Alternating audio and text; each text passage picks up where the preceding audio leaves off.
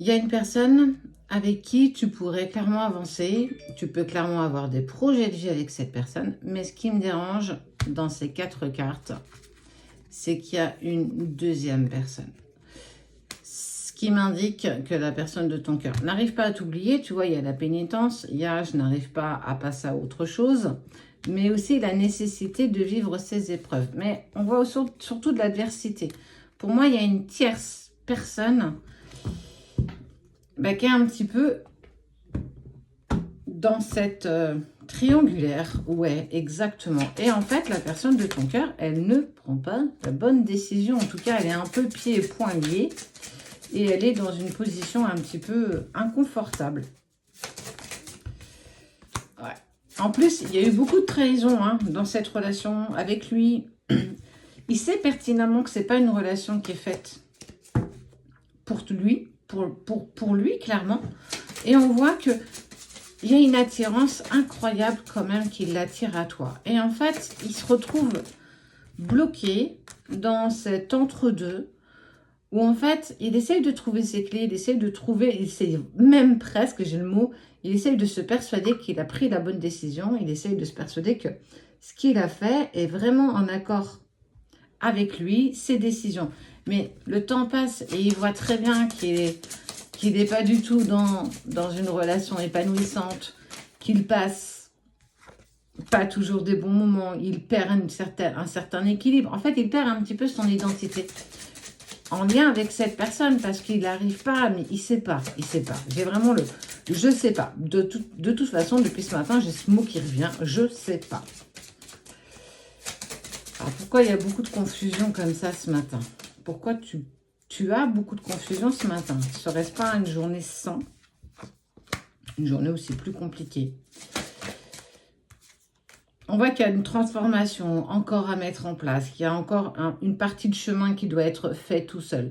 Mais ce qui est terrible dans tout ça, c'est qu'on voit que vous êtes fait quand même pour avancer ensemble, qu'il y a des créations, des projets qui peuvent vraiment se mettre en place, mais que quelque part, vous êtes encore et toujours malgré tout bloqué dans cet entre-deux. Comme si la prise de décision était si compliquée que on n'arrive pas à se positionner. Ah ouais, clairement, il y a des erreurs qui sont commises. Parce qu'il y a toujours ces « mais j'ai peur d'être jugé ». Même si tu ne le dis pas, même si l'autre ne le dit pas, il y a vraiment ces « j'ai peur d'être jugé, j'ai peur qu'on ne comprenne pas ma décision, que de laisser peut-être mes enfants, de divorcer, de me séparer, tout ça me paraît si compliqué, je ne sais pas si je vais y parvenir, je sais que je vais faire des dommages collatéraux, mais il faut entendre que quelle que soit la décision que tu vas prendre ou qu'on prend, à notre niveau, il y a toujours des conséquences. Chaque acte a une conséquence, positive ou négative. Mais de toute façon, on n'avance pas sans qu'on vienne perturber les énergies des personnes qui sont autour de nous. Et ça, il faut être clair avec ça. Si ton bonheur n'est pas celui que tu as aujourd'hui, tu as la possibilité clairement de changer les choses. On ne peut pas se cacher derrière des fausses excuses.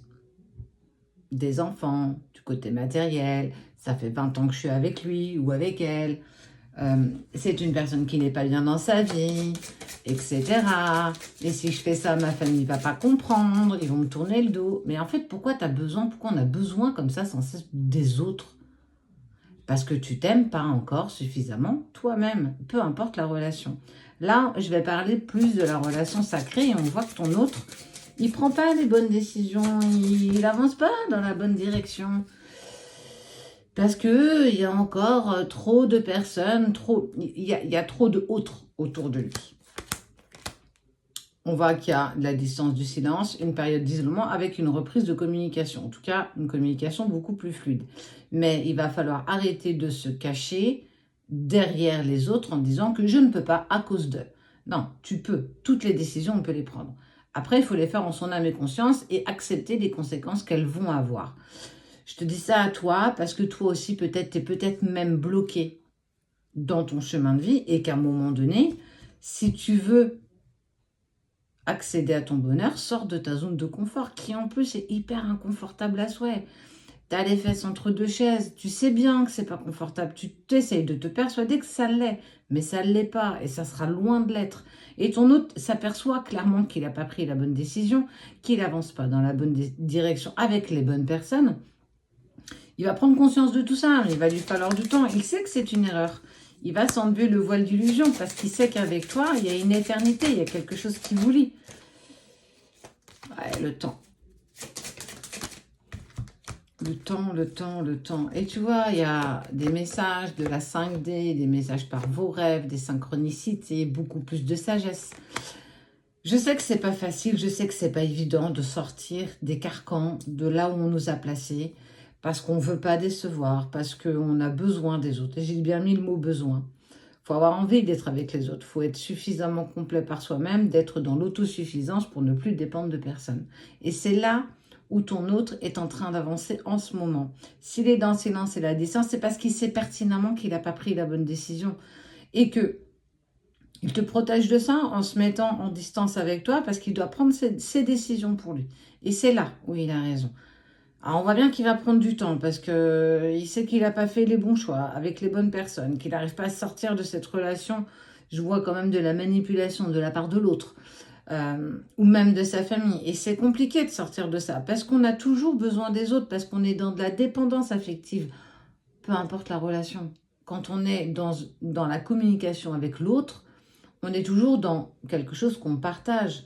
Mais quand on partage trop et qu'on reçoit peu, on se contente aussi à un moment donné de ça. Et il va falloir, et ton autre comprend enfin, alléluia, qu'il va devoir changer et changer de direction. Et on te parle de pardon, on te parle de connexion d'âme, de contrat d'âme. Alors oui, il va être poussé au rouleau compresseur. Oui, il va être pulvérisé au Karcher contre un mur.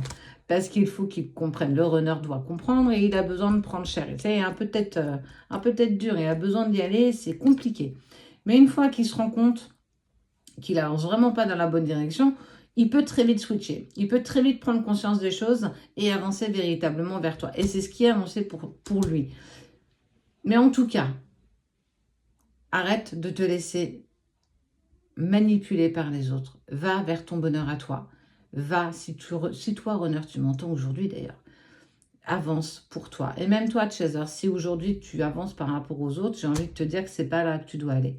Ta complétude, elle est certainement pas ici.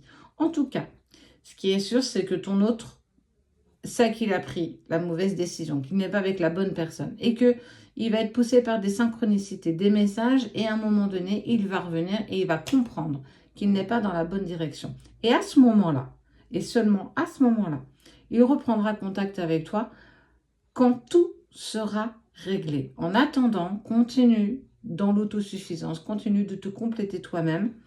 Envoie-lui tout l'amour que tu lui portes. Et lui aussi pourra prendre à un moment donné les bonnes décisions.